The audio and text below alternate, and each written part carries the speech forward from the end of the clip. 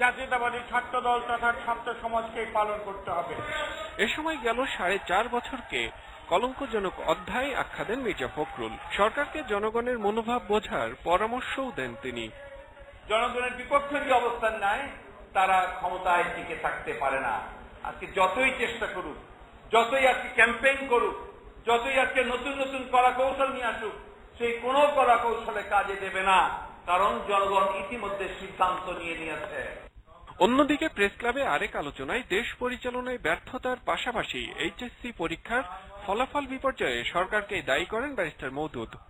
একটু কিছু করতে গেলেই আমাদের উপরে দায় চাপিয়ে দেওয়ার চেষ্টা করেন। এটা হলো নিজেদের ব্যর্থতা ঢেকে রাখার জন্যই বিরোধী দলের উপরে এই দোষ চাপানোর একটা যে বদভ্যাস, এটার আমি তীব্র নিন্দা এবং প্রতিবাদ জানাই। ঐক্যবদ্ধভাবে সরকার বিরোধী আন্দোলনের প্রস্তুতি নিতে নেতাকর্মীদের প্রতি আহ্বান জানান বিএনপি নেতারা। মাহমুদ আরিফ, বাংলাভিশন, ঢাকা।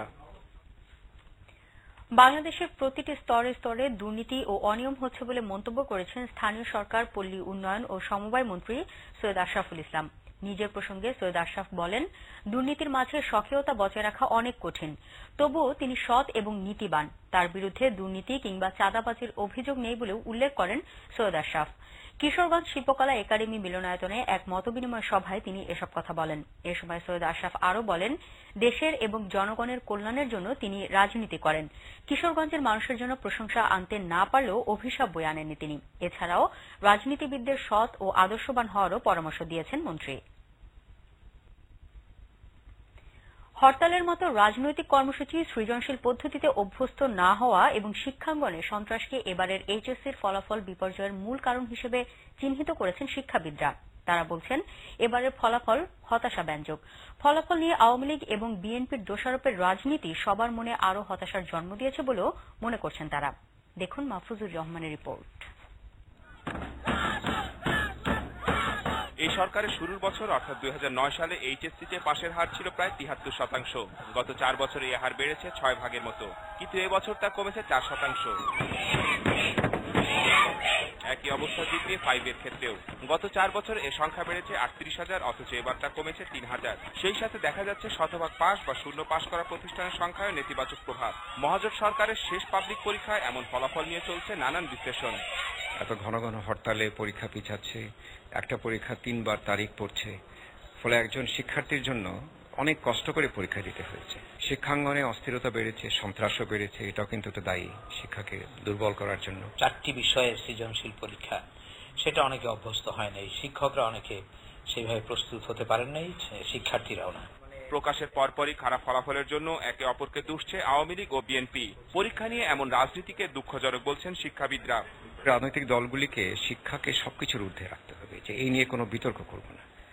আমি জানি যে হরতালের কারণে বাধাগ্রস্ত হয়েছে, আমি জানি শিক্ষাঙ্গনে সন্ত্রাস হচ্ছে, তো এটি কোনো বিশেষ দল এই বলে খুব কৃতিত্ব আদায় করতে পারে বা অন্যকে অপদস্থ করতে পারে, এই মনোবৃত্তি থেকে বেরিয়ে আসতে হবে। পরীক্ষার ফলাফল নিয়ে যে রাজনীতি, এটা আমাদের দেশে তো সবকিছু নিয়েই একটা রাজনীতি হতে পারে, হয়ও, এবং এটা যে মঙ্গলজনক তাও মনে করার কোনো কারণ নেই।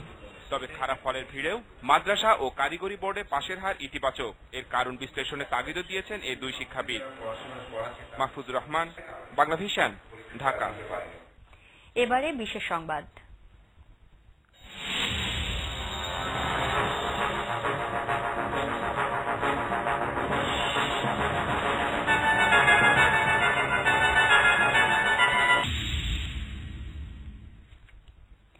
পনেরো জন শিক্ষার্থীর জন্য একজন গাইড শিক্ষকের সার্বক্ষণিক তদারকি, দুর্বল বিষয় চিহ্নিত করে নিবিড় পরিচর্যা, একঝাঁক তরুণ শিক্ষকদের পরিচালনা আর শিক্ষার্থীদের অদম্য ইচ্ছায় নরসিংদীর আব্দুল কাদির মোল্লা সিটি কলেজকে এনে দিচ্ছে ধারাবাহিক সাফল্য। ঢাকার সেরা কলেজগুলোকে পেছনে ফেলে এইচএসসি পরীক্ষায় দ্বিতীয় স্থান অর্জন করেছে কাদির মোল্লা সিটি কলেজ। এসএসসি পরীক্ষায় জিপিএ 5 পায়নি এমন শতাধিক শিক্ষার্থীও এবার এইচএসসি পরীক্ষায় জিপিএ 5 পেয়েছে। নরসিংদীর প্রতিনিধি মাজহারুল পারভেজ মন্টিকে সাথে নিয়ে আরও জানাচ্ছেন জাহাঙ্গীর আকন্দ। ক্যামেরায় ছিলেন আরাফাত হোসেন রাহুল। জন্মই যেন সাফল্যের জন্য। 2006 সালে প্রতিষ্ঠার পর থেকেই এইচএসসি পরীক্ষার ফলাফলের সাফল্যের দৌড়ে শক্ত অবস্থান করে নিয়েছে নরসিংদীর আব্দুল কাদির মোল্লা সিটি কলেজ।